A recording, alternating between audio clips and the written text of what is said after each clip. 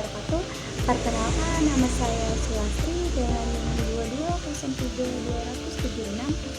Di sini saya akan memaparkan sedikit berbagi pembahasan kepada teman-teman terkait materi ketujuh dari mata kuliah agribisnis perkebunan, yaitu terkait pabrik kelapa sawit.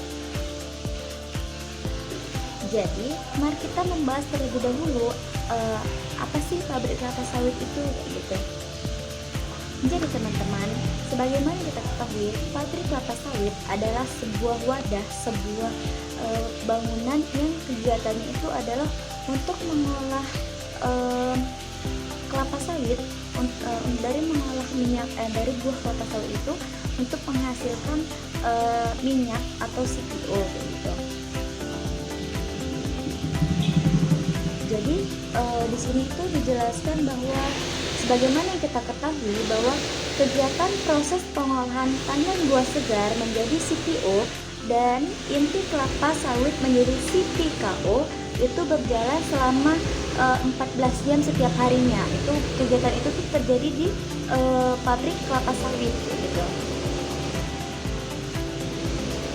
Dimana proses pengolahan kelapa sawit atau tandan buah segar di pabrik itu adalah suatu rangkaian proses kerja untuk menghasilkan minyak kelapa sawit dari daging buah kelapa sawit dan juga minyak inti kelapa sawit yang berkualitas, di mana terdapat berbagai proses atau berbagai rangkaian yang dilakukan di pabrik, dimulai dari terdiri dari berbagai macam stasiun.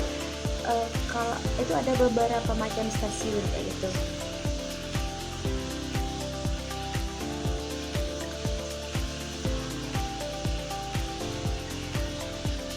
Jadi mari kita membahas lebih dalam setiap stasiun-stasiun yang ada di pabrik kelapa sawit untuk menghasilkan dan untuk mengubah dari buah kelapa sawit menjadi CPO.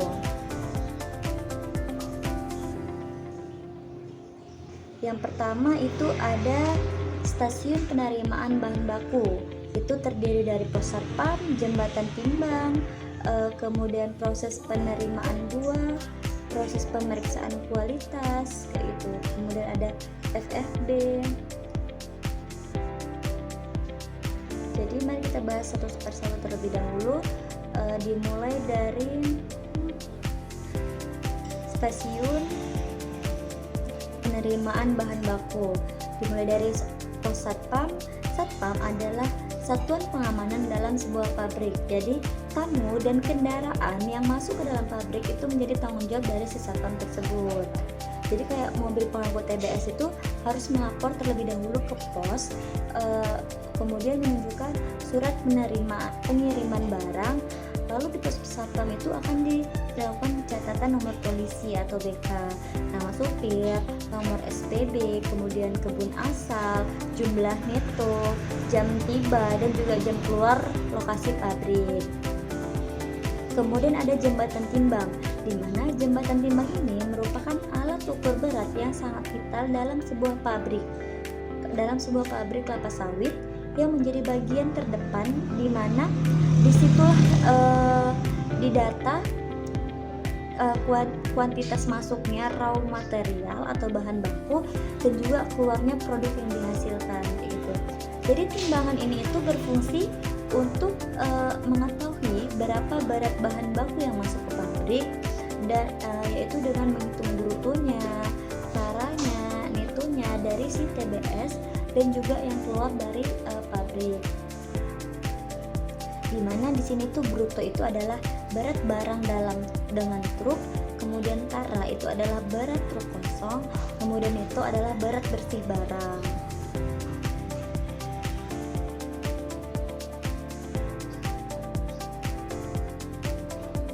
Jadi ini yang perlu diperhatikan dalam pengoperasian di jembatan timbang itu, dimana satu, dipastikan posisi kendaraan yang ditimbang berada di tengah-tengah timbangan.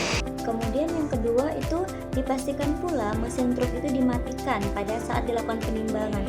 Mengapa? Karena terjadi getaran mesin itu dapat juga mempengaruhi hasil dari penimbangan dan juga supir dalam truk itu harus turun kayak gitu, karena untuk mengukur benar-benar berapa netonya, taranya, dan juga brutonya. Kemudian setiap truk TBS dan juga CPO yang masuk ke PKS itu memasuki 2 penimbangan, yaitu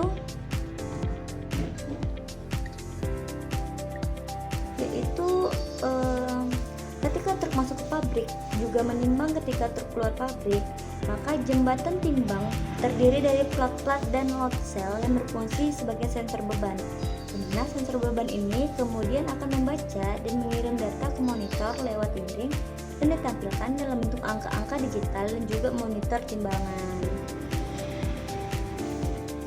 Kemudian ada proses penerimaan buah. Jadi setelah proses penimbangan, TBS kemudian dibongkar di lantai apron atau peron. Tujuannya itu untuk dilakukan sortasi.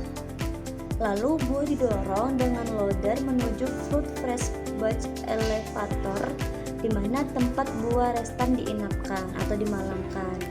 Tujuannya itu untuk menjamin kontinuitas pengolahan pada lantai sortasi menggunakan sistem first in first out atau FIFO. Kemudian langkah selanjutnya yaitu proses pemeriksaan kualitas atau sortasi. Jadi pada proses ini itu untuk mengetahui bagaimana kualitas TBS yang diterima oleh pabrik dengan cara pemilihan satu per satu TBS. Jadi tentu terdapat fungsi dari proses rotasi ini, di mana fungsinya itu sebagai alat kontrol untuk mengetahui titik kematangan buah sesuai dengan standar kematangan buah. Kemudian untuk membantu tercapainya rendeman pabrik dengan melihat mutu buah yang masuk ke pabrik dan bagaimana sistem perebusan yang akan dilakukan, mengendalikan buah yang di luar kriteria. Jadi itu untuk TBS yang dibeli dari pihak ketiga, proses sortasi itu dilakukan dengan lebih cermat, di mana TBS yang tidak sesuai dengan kriteria dan kurang dari 7 kg buah mentah, tandan kosong, buah busuk, dan juga buah sakit itu dimasukkan kembali ke truk untuk ditimbang sebagai tara. Kemudian kriteria yang matang panen itu sangat menentukan di dalam pencapaian rendaman minyak dan juga rendaman inti. Jadi hasil sortasi itu digunakan untuk menghitung rendaman distribusi tiap-tiap afdeling pemasok dan memuat material balance, di mana analisa tandan untuk setiap tahun tanam dan setiap afdeling kebun. Kemudian ada FFB atau elevator fresh batch, berguna untuk mengangkat TBS dari lantai apron atau peron ke bejana rebusan atau stylizer, di mana jumlahnya ini terpasang yang digunakan oleh pabrik untuk melayani pengisian 3 rebusan gitu. Selanjutnya kita masuk ke stasiun perebusan atau stylizer. Ini tuh stylizer itu biasa berbentuk vertikal, itu berupa bejana uap yang bertekanan yang digunakan untuk merebus TBS dengan uap atau steam. Kemudian steam yang digunakan itu adalah satu red steam dengan tekanan 1,8 sampai 20,20 kg per cm dan suhunya itu sekitar 110 sampai 120 derajat Celcius yang diinjeksi dari boiler. Jadi bejana uap ini itu dilengkapi dengan alat ukur tekanan, pipa uap masuk dan inlet, pipa kondensat, sistem perebusan menggunakan sistem 3 puncak. Adapun tujuan dari stasiun perebusan ini yaitu untuk membantu melepaskan butir-butir buah dari tandannya. Kemudian untuk menurunkan kadar kandungan air dalam buah, untuk mengurangi peningkatan FFA karena perebusan dapat menonaktifkan enzim, kemudian mengumpulkan zat putih telur, untuk melunakkan daging buah, kemudian untuk mempersiapkan dalam proses pengolahan biji, kemudian untuk suplai bagi ketersediaan buah terebus.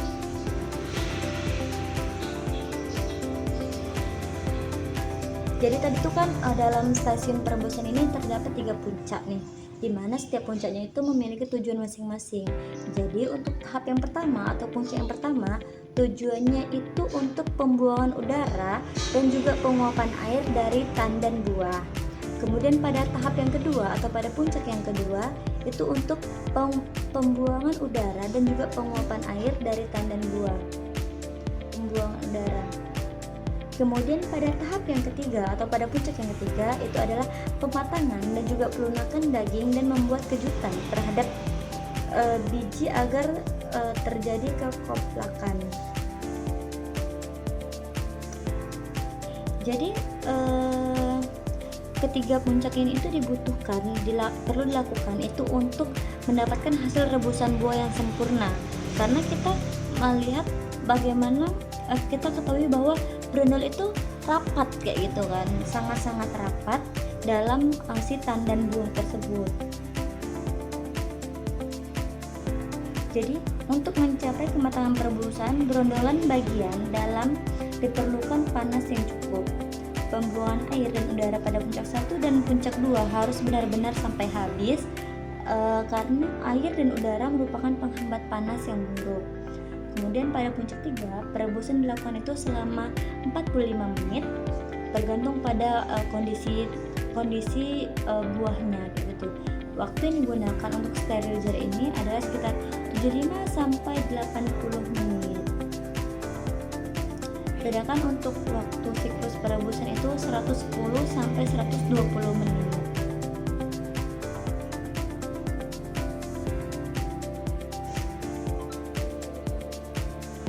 Kemudian ada bunch conveyor, itu adalah sebuah alat untuk menghantarkan TBS dari bejana rebusan atau sterilizer menuju ke proses pemipilan atau stripper.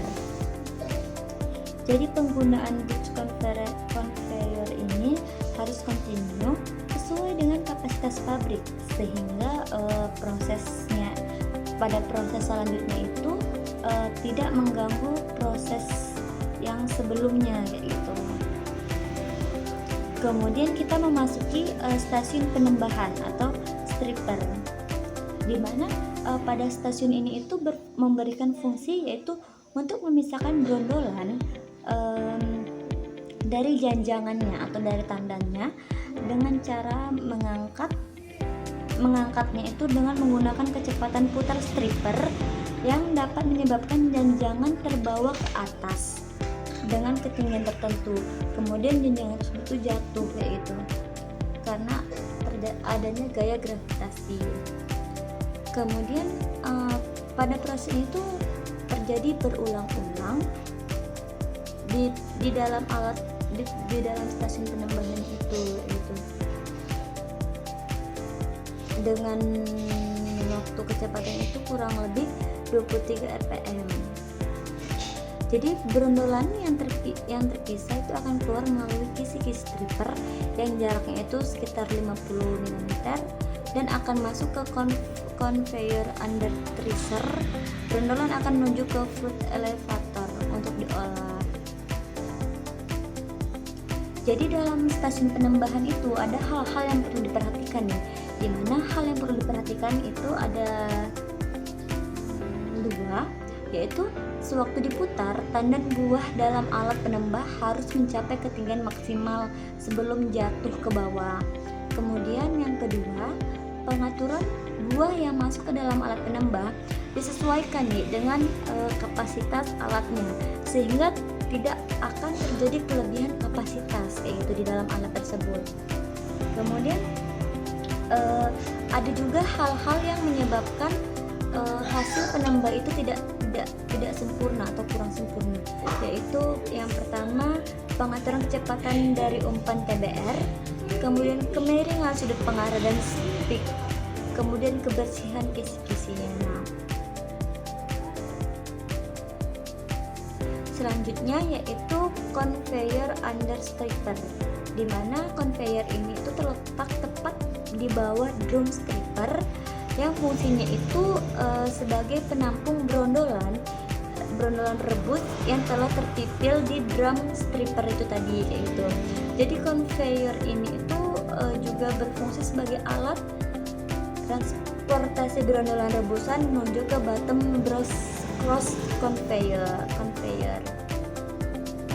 Kemudian itu tahap button cross conveyor ini itu berada tepat di ujung conveyor under stripper yang fungsinya itu sebagai penghubung antara conveyor under tracer untuk membawa brondol rebus dari conveyor under menuju ke conveyor under stripper itu menuju ke fruit elevator.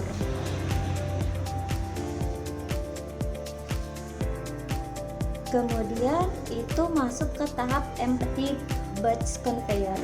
Jadi tenan kosong yang telah terpipil akan terdorong keluar dari drum tracer dan akan masuk ke empty batch conveyor yang dimana alatnya itu berada tepat di bawah drum stripper.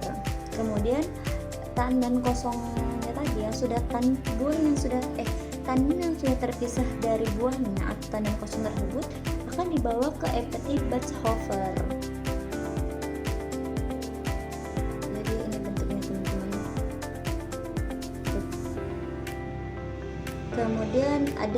Kemudian masuk ke empty batch hover, yaitu ini tuh merupakan sebuah tempat untuk penampungan sementara sebelum tandan kosong tersebut itu dibawa ke lapangan. Karena tadi tandan kosong itu termasuk ke bahan pemupukan organik kayak gitu kan, ditaruh sebagai mulsa kayak gitu. Kemudian masuk ke stasiun press.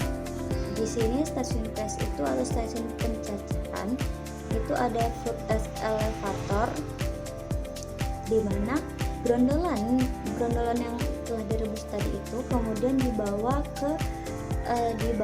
oleh button cross conveyor dan selanjutnya itu akan menuju ke fruit elevator. Jadi alat ini itu berfungsi sebagai sarana pembawa brondolan rebus menuju ke cross conveyor to digester. Jadi alatnya itu bergerak secara vertikal, kemudian dilengkapi dengan bucket penambung sebagai tempat bahan baku yang akan dibawa. Kemudian masuk ke cross conveyor to digester, di mana conveyor ini tuh berfungsi sebagai penghubung antara digester dan juga fruit elevator. Kemudian masuk ke digester, di mana digester ini mempunyai poros pemutar yang dilengkapi dengan parang pengaduk gitu. Jadi proses pengadukannya itu berlangsung akibat adanya gesekan antara parang dengan brondolan dan juga adanya tekanan gaya gravitasi berat dari brondolan dalam bejana sambil dipanaskan dengan steam gitu. Jadi tujuan dari pengadukan ini atau tujuan dari digester ini adalah untuk melumatkan daging buah dan memisahkan daging buah dengan bijinya, serta menyiriskan minyak dari daging buah agar kemudian mudah diproses dalam pengempaan. Kemudian dalam digester itu terdapat jumlah bara pengaduk dan terdapat 5 pasang parang pengaduk yang bertingkat, 1 pasang pisau pelempar. Jadi total parangnya itu ada 6 pasang gitu. Dimana letak parang-parangnya itu dibuat secara bersilang antar pasangan yang satu dengan yang lainnya. Tujuannya itu apa? Tujuannya itu agar daya adukannya itu cukup besar dan juga sempurna. Jadi di sini ada faktor-faktor yang mempengaruhi kinerja dari digester. Yang pertama itu adalah volume buah dalam digester, kemudian temperaturnya, kemudian kematangan buah yang sudah direbus kayak gitu. Jadi kalau ketiga itu ada di dalam proses digester, maka proses digester itu tidak berjalan dengan baik kayak gitu. Nah, di sini terdapat juga fungsi dari digester, di mana fungsi dari digester itu adalah untuk melumatkan daging buah, kemudian memisahkan daging buah dengan biji, kemudian mempermudah proses di press. di sini ada faktor-faktor yang mempengaruhi kerja digester. Antara lain kondisi pisau pengaduk digester. Jadi jika pendek dan tipis, maka pisaunya itu harus segera diganti gitu. Kemudian ini digester, isinya itu harus berisi dengan minimal 3/4 atau 75% dari volume digester. Tujuannya itu agar apa? Agar supaya pisau bagian atas itu tertutup oleh brondolan, agar pisau ini tuh dapat berfungsi dengan baik gitu.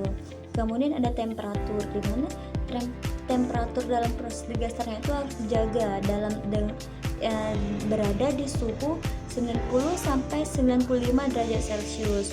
Tujuannya itu untuk mempermudah proses pemisahan minyak dengan airnya.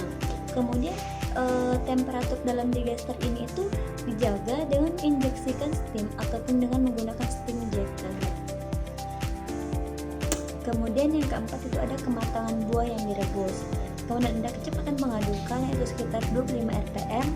Kemudian ada kondisi plat siku penahan pada dinding digester, dan kemudian ada waktu pengadukan 15 sampai 20 menit. Kemudian kita masuk ke pengempaan atau screw press, di mana screw press ini itu berfungsi untuk memeras minyak dari mesocarp dengan cara dipres dengan menggunakan tekanan yang dihasilkan oleh hydraulic cone, dengan besar tekanannya itu sekitar 40 sampai 50 ampere. Jadi tekanan dari screw ini itu ditahan oleh cone, di mana daging buahnya itu diperas sehingga melalui lubang-lubang secer minyak itu dipisahkan dari serabut dan biji dengan bantuan air delusi dengan suhu 90 sampai 95 derajat Celcius. Kemudian ditambah dengan komposisi minyak, di mana tekanan pada mesin screw press ini tuh harus dijaga agar tidak terjadi losis minyak pada ampas presnya. Jadi apabila tekanan pada pres berkurang, maka minyak tidak akan keluar dengan maksimal dan membuat losis minyak ya pada serat tinggi. Di sini kemudian minyak kasar yang diperoleh dari stasiun screw press ini kemudian dialihkan ke stasiun klarifikasi, sedangkan ampas press diteruskan ke cake breaker conveyor. Di sini ada faktor-faktor yang mempengaruhi dari alat screw press ini. Yang pertama itu ada kondisi warm screw press, kemudian ada tekanan dan kualitas mutu buah atau perebusannya, kemudian ada tekanan cone, kemudian ada air delusinya, di mana air delusi itu kan tadi untuk berfungsi untuk mempermudah proses pemisahan minyak. Jika air delusi terlalu sedikit, maka minyak yang dihasilkan lebih murni. Tapi jika losis minyak tinggi, temperatur air delusi harus jaga 95 derajat Celcius. Kemudian ada oil gutter. Oil gutter itu berfungsi untuk menampung minyak kasar dari hasil pengempan di mesin press, serta sebagai alat untuk mengalirkan minyak kasar ke sun trap tank. Kemudian ada stasiun klarifikasi, yaitu ada sun trap tank, di mana sun trap tank ini berfungsi sebagai penangkap pasir. Jadi minyak kasar yang keluar dari press dialirkan dengan oil gutter menuju centrifugal. Kemudian temperaturnya itu dibuat sekitar 95 derajat Celcius. Jadi minyak yang masuk ke step tram 1 akan diendapkan pasirnya, lalu minyak pada bagian atas akan masuk ke centrap tank 2 dan pasir akan mengendap ke bawah untuk di blow down. Blow down ini dilakukan itu setiap 4 jam sekali. Jadi ada faktor-faktor yang mempengaruhi efektivitas dari centrap tank ini, yaitu Yang pertama ada temperatur, kemudian ada suhu air pengencer, kemudian ada pembuangan pasir secara rutin. Kemudian ada vibrating ammeco, berfungsi untuk menyaring massa padatan berupa ampas yang terikut pada minyak kasar atau crude oil dari serabut-serabut yang dapat mengganggu proses pemisahan minyak. Jadi ada 3 jenisnya, yaitu single deck, double deck, dan triple deck.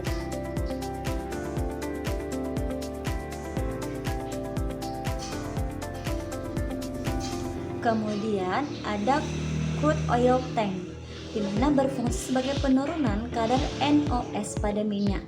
NOx akan mengendap pada bagian dasar tangki, kemudian pada minyak bagian atas akan dipompakan menuju clarifier tank.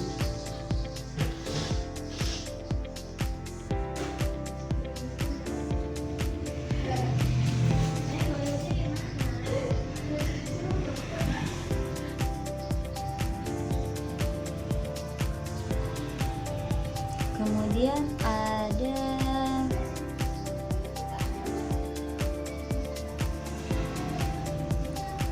continuous tank, berfungsi untuk memisahkan minyak, fluid, dan NOx secara gravitasi berdasarkan perbedaan berat jenis, di mana berat jenis yang tinggi ini akan mengendap pada bagian paling bawah dan berat jenis yang rendah akan berada pada bagian tengah tangki, dan minyak yang memiliki berat jenis sangat rendah akan berada pada bagian atas.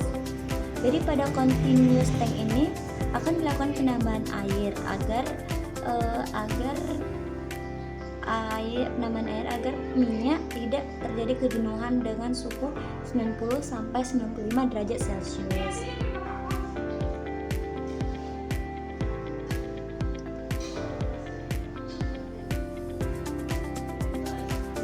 Hal yang perlu diperhatikan dalam continuous tank ini yaitu air dilusinya, kemudian kecepatan stirrer atau pengaduknya, kemudian steam yang masuk, drain atau blow down, dan juga temperatur.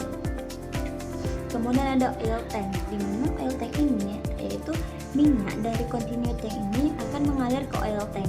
Kemudian oil tank itu berfungsi sebagai pengendapan minyak untuk memisahkan minyak dengan kotoran dan partikelnya.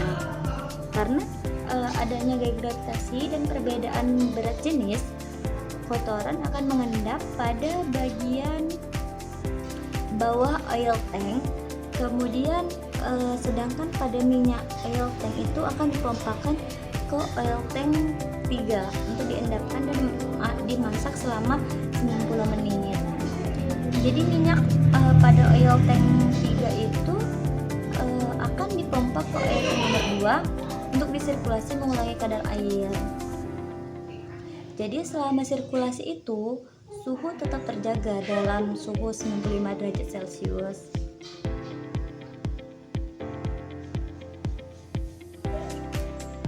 Kemudian ada oil blower, di mana minyak dari oil tank lalu akan dihisap ke oil blower. Tujuannya oil blower ini berfungsi untuk apa kayak gitu? Berfungsi untuk mengurangi kadar air dalam minyak. Jadi di dalam oil blower ini terjadi perbedaan tekanan antara udara luar dengan udara dalam. Jadi tekanan dalam oil blower ini tuh sangat rendah gitu. Jadi pada tekanan yang rendah fluidanya itu akan lebih cepat menguap meskipun belum mencapai titiknya.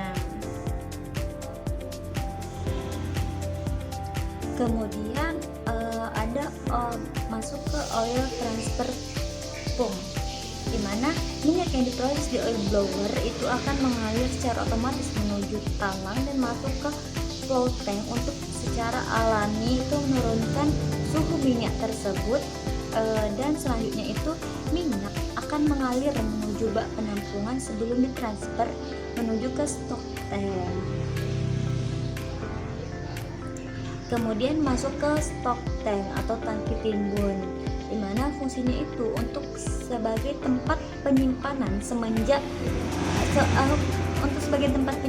sementara minyak produksi yang dihasilkan sebelum dikirim gitu. Jadi faktor-faktor yang harus diperhatikan pada stok tank ini yaitu kebersihan tangkinya. Jadi stok tanknya itu harus dibersihkan secara rutin karena itu kebersihan tangki itu mempengaruhi kenaikan kadar asam dan kotoran itu. Kemudian ada kondisi steam coil, itu kondisinya itu harus diperhatikan, diperiksa secara rutin karena kebocoran steam coil akan mengakibatkan naiknya kadar air pada CPU gitu. Kemudian temperaturnya itu sekitar 40 sampai 60 derajat Celcius. Kemudian ada daily tank atau tangki transfer. Fungsinya itu tempat penyimpanan sementara minyak produksi dari stok tank sebelum ditransfer ke truk tangki. Kemudian masuk ke pengolahan sludge tank. Itu berfungsi sebagai tempat menampung sludge sementara sebelum diolah di dekanter dengan suhu itu 90 sampai 95 derajat Celcius. Jadi akan terjadi pengendapan pada sludge tank, yaitu sludge dan NOS dari dasar tangki dipompakan ke balance tank untuk umpan dekanter. Kemudian ada balance tank, fungsi sebagai tempat penampungan sementara sludge sebelum diolah dekanter. Balance tank ini berfungsi untuk penyeimbangan laju aliran fluida yang masuk dengan menjadi umpan dekanter agar konstan dan kontinu. Kemudian ada dekanter.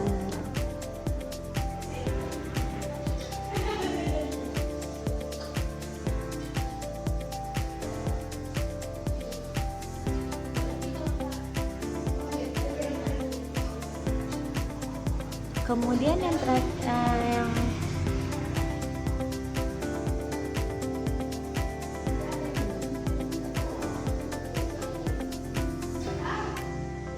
kemudian ada stasiun pengolahan biji, ada stasiun boiler, itu ada lebihannya bertekanan yang sama oleh daya penguapan air yang ada dalamnya dan dipanaskan secara terus-menerus. Kemudian ada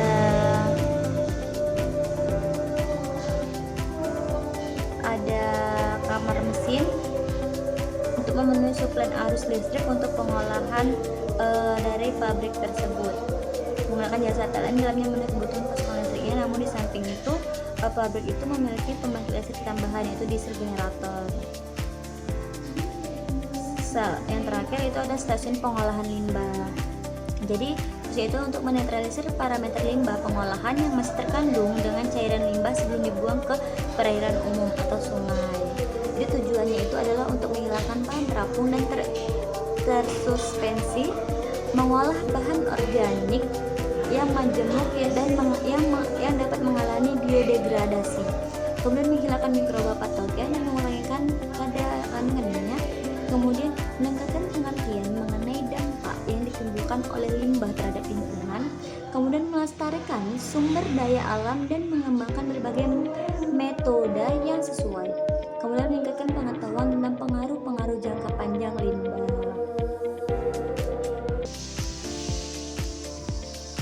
Selanjutnya kita masuk ke stasiun perebusan atau sterilizer. Ini tuh sterilizer itu biasa berbentuk vertikal, itu berupa bejana uap yang bertekanan yang digunakan untuk merebus TBS dengan uap atau steam. Kemudian steam yang digunakan itu adalah satu red steam dengan tekanan 1,8 sampai 20 kg per cm dan suhunya itu sekitar 110 sampai 120 derajat Celcius yang diinjeksi dari boiler. Jadi bejana uap ini itu dilengkapi dengan alat ukur tekanan, pipa uap masuk dan inlet, pipa kondensat, sistem perebusan menggunakan sistem 3 puncak.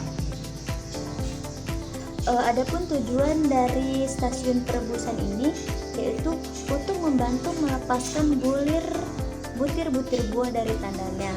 Kemudian untuk menurunkan kadar kandungan air dalam buah, untuk mengurangi peningkatan FFA karena perebusan dapat menonaktifkan enzim, kemudian mengumpulkan zat putih telur untuk melunakkan daging buah, kemudian untuk mempersiapkan dalam proses pengolahan biji, kemudian untuk suplai bagi ketersediaan buah terebus.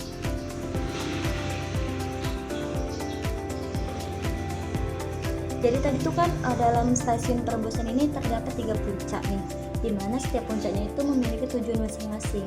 Jadi untuk tahap yang pertama atau puncak yang pertama, tujuannya itu untuk pembuangan udara dan juga penguapan air dari tandan buah. Kemudian pada tahap yang kedua atau pada puncak yang kedua itu untuk pembuangan udara dan juga penguapan air dari tandan buah. Pembuangan udara. Kemudian pada tahap yang ketiga atau pada puncak yang ketiga itu adalah pematangan dan juga pelunakan daging dan membuat kejutan terhadap biji agar terjadi kekoplakan. Jadi ketiga puncak ini itu dibutuhkan, perlu dilakukan itu untuk mendapatkan hasil rebusan buah yang sempurna. Karena kita melihat bagaimana kita ketahui bahwa brondol itu rapat kayak gitu kan, sangat-sangat rapat dalam si tandan buah tersebut. Jadi untuk mencapai kematangan perebusan, brondolan bagian dalam diperlukan panas yang cukup. Pembuangan air dan udara pada puncak 1 dan puncak 2 harus benar-benar sampai habis karena air dan udara merupakan penghambat panas yang buruk. Kemudian pada puncak 3, perebusan dilakukan itu selama 45 menit tergantung pada kondisi buahnya gitu. Waktu yang digunakan untuk sterilizer ini adalah sekitar 75 sampai 80 menit. Sedangkan untuk waktu siklus perebusan itu 110 sampai 120 menit.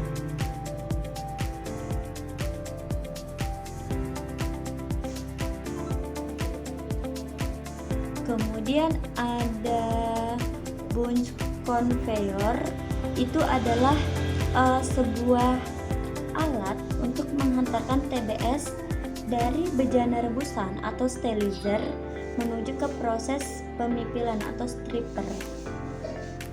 Jadi penggunaan bunch conveyor ini harus kontinu sesuai dengan kapasitas pabrik sehingga prosesnya pada proses selanjutnya itu tidak mengganggu proses yang sebelumnya kayak gitu. Kemudian kita memasuki stasiun penembahan atau stripper, di mana pada stasiun ini itu memberikan fungsi yaitu untuk memisahkan brondolan dari janjangannya atau dari tandannya dengan cara mengangkatnya itu dengan menggunakan kecepatan putar stripper yang dapat menyebabkan janjangan terbawa ke atas dengan ketinggian tertentu. Kemudian janjangan tersebut jatuh kayak itu karena adanya gaya gravitasi. Kemudian pada proses itu terjadi berulang-ulang di dalam alat di dalam stasiun penembahan itu gitu. Dengan waktu kecepatannya itu kurang lebih 23 rpm. Jadi brondolan yang terpisah itu akan keluar melalui kisi-kisi stripper yang jaraknya itu sekitar 50 mm dan akan masuk ke conveyor under tracer. Brondolan akan menuju ke food elevator untuk diolah. Jadi dalam stasiun penembahan itu ada hal-hal yang perlu diperhatikan nih. Dimana hal yang perlu diperhatikan itu ada 2, yaitu sewaktu diputar, tandan buah dalam alat penembah harus mencapai ketinggian maksimal sebelum jatuh ke bawah. Kemudian yang kedua, pengaturan buah yang masuk ke dalam alat penembah disesuaikan nih dengan kapasitas alatnya, sehingga tidak akan terjadi kelebihan kapasitas kayak gitu di dalam alat tersebut. Kemudian ada juga hal-hal yang menyebabkan hasil penembah itu tidak sempurna atau kurang sempurna, yaitu yang pertama pengaturan kecepatan dari umpan TBR, kemudian kemiringan sudut pengarah dan stick, kemudian kebersihan kisi-kisinya. Nah, selanjutnya yaitu conveyor under stripper, di mana conveyor ini itu terletak tepat di bawah drum stripper yang fungsinya itu sebagai penampung brondolan rebus yang telah terpipil di drum stripper itu tadi yaitu. Jadi conveyor ini itu juga berfungsi sebagai alat transportasi brondolan rebusan menuju ke bottom cross conveyor. Kemudian itu tahap button cross conveyor ini itu berada tepat di ujung conveyor under stripper yang fungsinya itu sebagai penghubung antara conveyor under tracer untuk membawa brondol rebus dari conveyor under menuju ke conveyor under stripper itu menuju ke fruit elevator.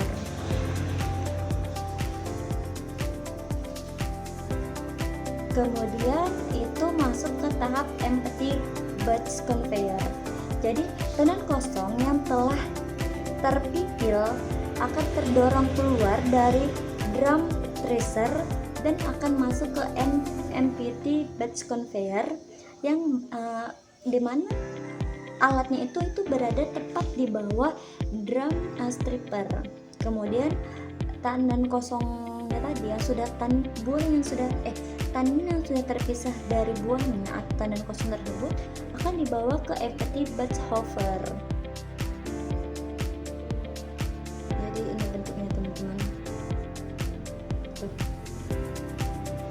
Kemudian masuk ke empty batch hopper, yaitu ini tuh merupakan sebuah tempat untuk penampungan sementara sebelum tandan kosong tersebut itu dibawa ke lapangan. Karena kan tadi tandan kosong itu termasuk ke bahan pemupukan organik kayak gitu kan, ditaruh sebagai mulsa gitu.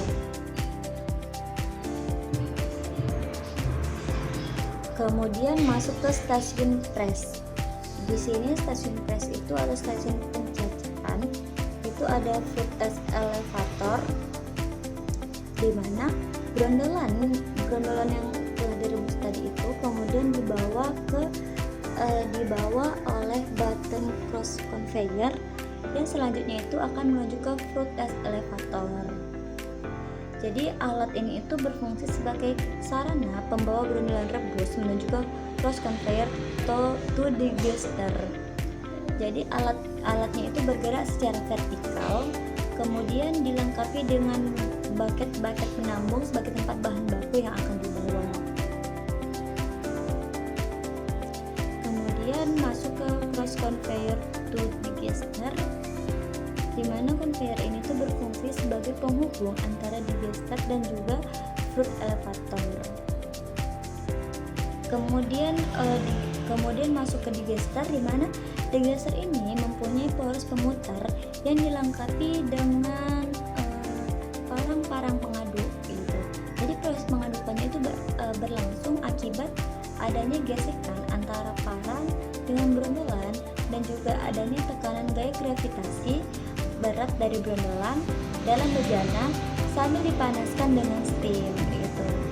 Jadi tujuan dari pengadukan ini, tujuan dari digester ini adalah untuk melumatkan daging buah dan memisahkan daging buah dengan bijinya, serta menyereskan minyak dari daging buah agar kemudian mudah diproses dalam pengempaan. Kemudian dalam digester itu terdapat jumlah bara pengaduk dan terdapat 5 pasang parang pengaduk yang bertingkat, 1 pasang pisau pelempar. Jadi total parangnya itu ada 6 pasang gitu, dimana letak parang-parangnya itu dibuat secara bersilang antar pasangan yang satu dengan yang lainnya. Tujuannya itu apa? Tujuannya itu agar daya adukannya itu cukup besar dan juga sempurna. Jadi di sini ada faktor-faktor yang mempengaruhi kinerja dari digester. Yang pertama itu adalah volume buah dalam digester, kemudian temperaturnya, kemudian kematangan buah yang sudah direbus kayak gitu. Jadi kalau ketiga itu ada di dalam proses digester, maka proses digester itu tidak berjalan dengan baik gitu. Nah, di sini terdapat juga fungsi dari digester, di mana fungsi dari digester itu adalah untuk menumatkan daging buah, kemudian memisahkan daging buah dengan biji, kemudian mempermudah proses dipres. Di sini ada faktor-faktor yang mempengaruhi kerja digester. Antara lain kondisi pisau pengaduk digester. Jadi jika pendek dan tipis, maka pisaunya itu harus segera diganti itu. Kemudian ini digester isinya itu harus berisi dengan minimal 3/4 atau 75% dari volume digester. Tujuannya itu agar apa? Agar supaya pisau bagian atas itu tertutup oleh bendolan, agar pisau ini tuh dapat berfungsi dengan baik gitu. Kemudian ada temperatur, di mana temperatur dalam proses digesternya itu harus dijaga berada di suhu 90 sampai 95 derajat Celcius. Tujuannya itu untuk mempermudah proses pemisahan minyak dengan airnya. Kemudian temperatur dalam digester ini itu dijaga dengan injeksikan steam ataupun dengan menggunakan steam injector. Kemudian yang keempat itu ada kematangan buah yang direbus. Kemudian ada kecepatan pengadukan yaitu sekitar 25 rpm. Kemudian ada kondisi plat siku penahan pada dinding digester, dan kemudian ada waktu pengadukan 15 sampai 20 menit. Kemudian kita masuk ke pengempaan atau screw press, di mana screw press ini itu berfungsi untuk memeras minyak dari mesocarp dengan cara dipres dengan menggunakan tekanan yang dihasilkan oleh hydraulic cone dengan besar tekanannya itu sekitar 40 sampai 50 ampere.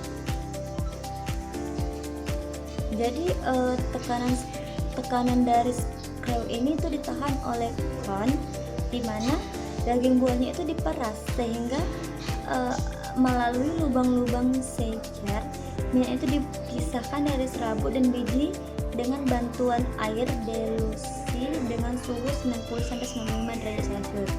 Kemudian ditambah dengan komposisi minyak, di mana tekanan pada mesin screw press ini tuh harus dijaga agar tidak terjadi losis minyak pada ampas presnya. Jadi apabila tekanan pada pres berkurang, maka minyak tidak akan keluar dengan maksimal dan membuat losis minyak ya pada serat tinggi.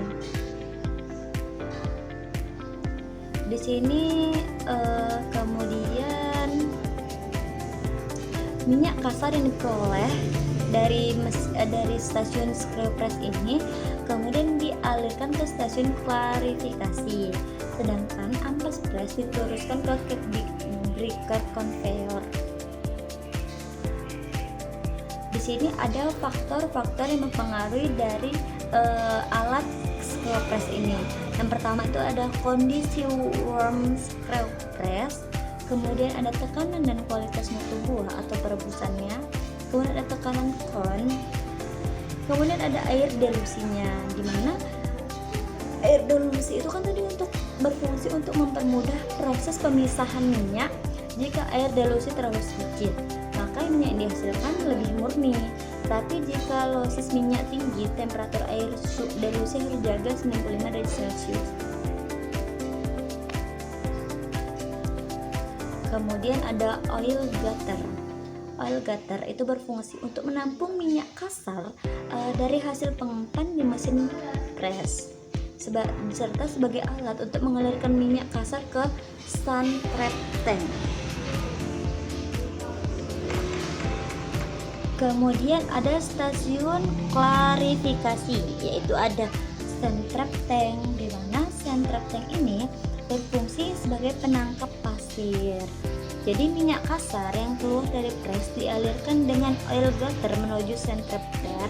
Kemudian temperaturnya itu dibuat sekitar 95 derajat Celcius.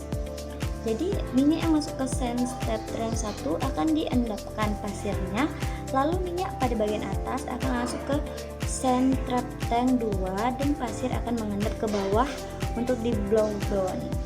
Blow down ini dilakukan itu setiap 4 jam sekali. Jadi ada faktor-faktor yang mempengaruhi efektivitas dari sand trap tank ini, yaitu yang pertama ada temperatur, kemudian ada suhu air pengencer, kemudian ada pembuangan pasir secara rutin, kemudian ada vibrating ameko, berfungsi untuk menyaring massa padatan berupa ampas yang terikut pada minyak kasar atau crude oil dari serabut-serabut yang dapat mengganggu proses pemisahan minyak.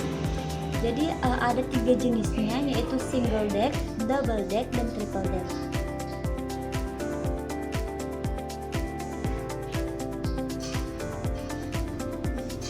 Kemudian ada crude oil tank, di mana berfungsi sebagai penurunan kadar NOS pada minyak. NOS akan mengendap pada bagian dasar tangki, kemudian pada minyak bagian atas akan dipompakan menuju clarifier tank.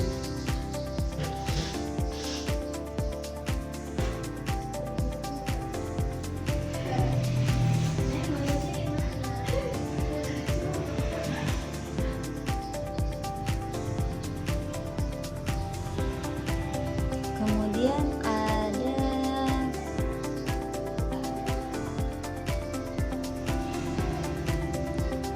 continuous tank, berfungsi untuk memisahkan minyak, fluid dan NOx secara gravitasi berdasarkan perbedaan berat jenis, di mana berat jenis yang tinggi ini akan mengendap pada bagian paling bawah dan berat jenis yang rendah akan berada pada bagian tengah tangki, dan minyak yang memiliki berat jenis sangat rendah akan berada pada bagian atas.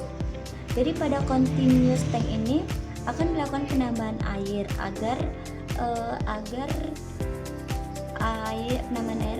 minyak tidak terjadi kejenuhan dengan suhu 90 sampai 95 derajat Celcius.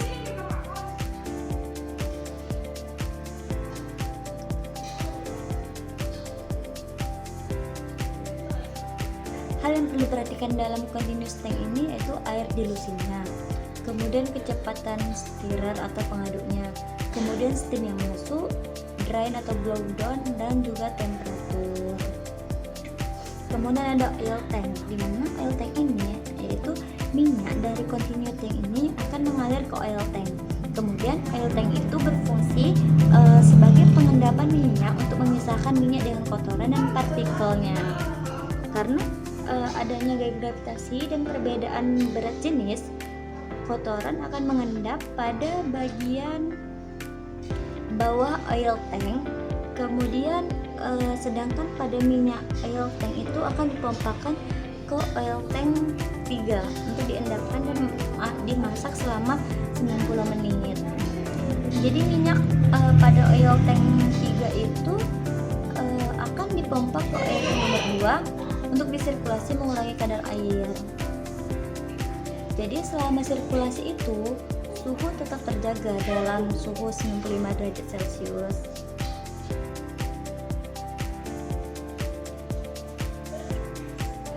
Kemudian ada oil blower, di mana minyak dari oil tank lalu akan dihisap ke oil blower.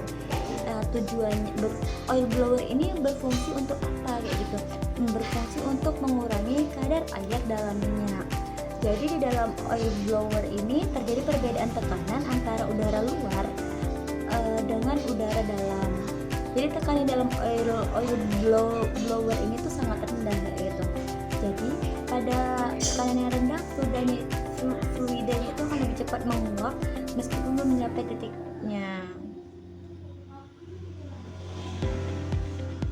Kemudian ada masuk ke oil transfer pump, di mana minyak yang diproses di oil blower itu akan mengalir secara otomatis menuju talang dan masuk ke flow tank untuk secara alami itu menurunkan suhu minyak tersebut, dan selanjutnya itu minyak akan mengalir menuju bak penampungan sebelum ditransfer menuju ke stok tank. Kemudian masuk ke stok tank atau tangki timbun. dimana fungsinya itu untuk sebagai tempat penyimpanan untuk sebagai tempat penyimpanan sementara minyak produksi yang dihasilkan sebelum dikirim gitu. Jadi faktor-faktor yang harus diperhatikan pada stok tank ini yaitu kebersihan tangkinya. Jadi stok tanknya itu harus dibersihkan secara rutin karena itu kebersihan tangki itu mempengaruhi kenaikan kadar asam dan kotoran itu. Kemudian ada kondisi steam coil, itu kondisi itu harus diperhatikan, diperiksa secara rutin karena kebocoran steam coil akan mengakibatkan naiknya kadar air pada CPO gitu. Kemudian temperaturnya itu sekitar 40-60 derajat Celcius. Kemudian ada dilute tank atau tangki transfer. Fungsinya itu tempat penyimpan sementara minyak produksi dari stok tank sebelum ditransfer ke truk tangki. Kemudian masuk ke pengolahan sludge tank. Itu berfungsi sebagai tempat menampung sludge sementara sebelum diolah di dekanter dengan suhu itu 80-95 derajat Celcius. Jadi akan terjadi pengendapan pada sludge tank, yaitu sludge dan NOS dari dasar tangki dipompakan ke balance tank untuk umpan dekanter. Kemudian ada balance tank, fungsi sebagai tempat penampungan sementara sludge sebelum diolah dekanter. Balance tank ini berfungsi untuk penyeimbangan laju aliran fluida yang masuk dengan menjadi umpan dekanter agar konstan dan kontinu. Kemudian ada dekanter.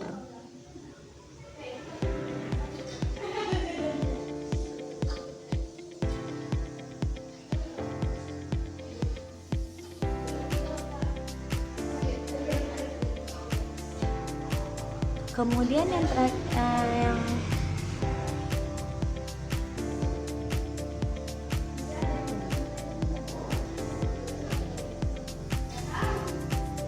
kemudian ada stasiun pengolahan biji,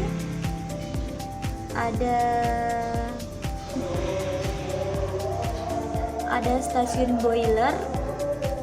Itu adalah bejana yang bertekanan yang disebabkan oleh daya penguapan air yang ada dalamnya dan dipanaskan secara terus menerus. Kemudian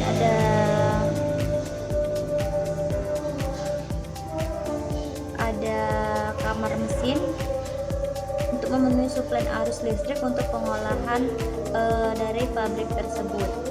Menggunakan jasa PLN dalamnya memenuhi kebutuhan pasokan listriknya, namun di samping itu pabrik itu memiliki pembangkit listrik tambahan yaitu diesel generator. Yang terakhir itu ada stasiun pengolahan limbah. Jadi itu untuk menetralisir parameter limbah pengolahan yang masih terkandung dengan cairan limbah sebelum dibuang ke perairan umum atau sungai. Jadi tujuannya itu adalah untuk menghilangkan bahan terapung dan tersuspensi, mengolah bahan organik yang majemuk dan yang dapat mengalami biodegradasi, kemudian menghilangkan mikroba patogen dan mengurangi kadar kandungannya. Kemudian meningkatkan pengertian mengenai dampak yang ditimbulkan oleh limbah terhadap lingkungan, kemudian melestarikan sumber daya alam dan mengembangkan berbagai metode yang sesuai, kemudian meningkatkan pengetahuan tentang pengaruh jangka panjang limbah.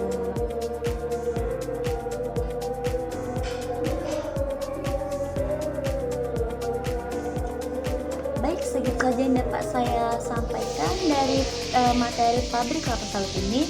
Berarti itu dapat disimpulkan bahwa pada pabrik kelapa sawit itu ada berbagai macam stasiun yang dilalui untuk mengubah buah kelapa sawit itu menjadi CPO kayak gitu. Ada banyak stasiun dilalui atau proses dilaluinya. Dan itu proses itu harus bertahap kayak gitu, dan sudah diatur secara SOP kayak gitu. Baik, segitu saja yang dapat saya sampaikan. Semoga terkait materi pabrik kelapa sawit ini dapat menambah ilmu pengetahuan teman-teman semuanya. Saya akhiri, wabillahi taufiq wal hidayah. Wassalamualaikum warahmatullahi wabarakatuh.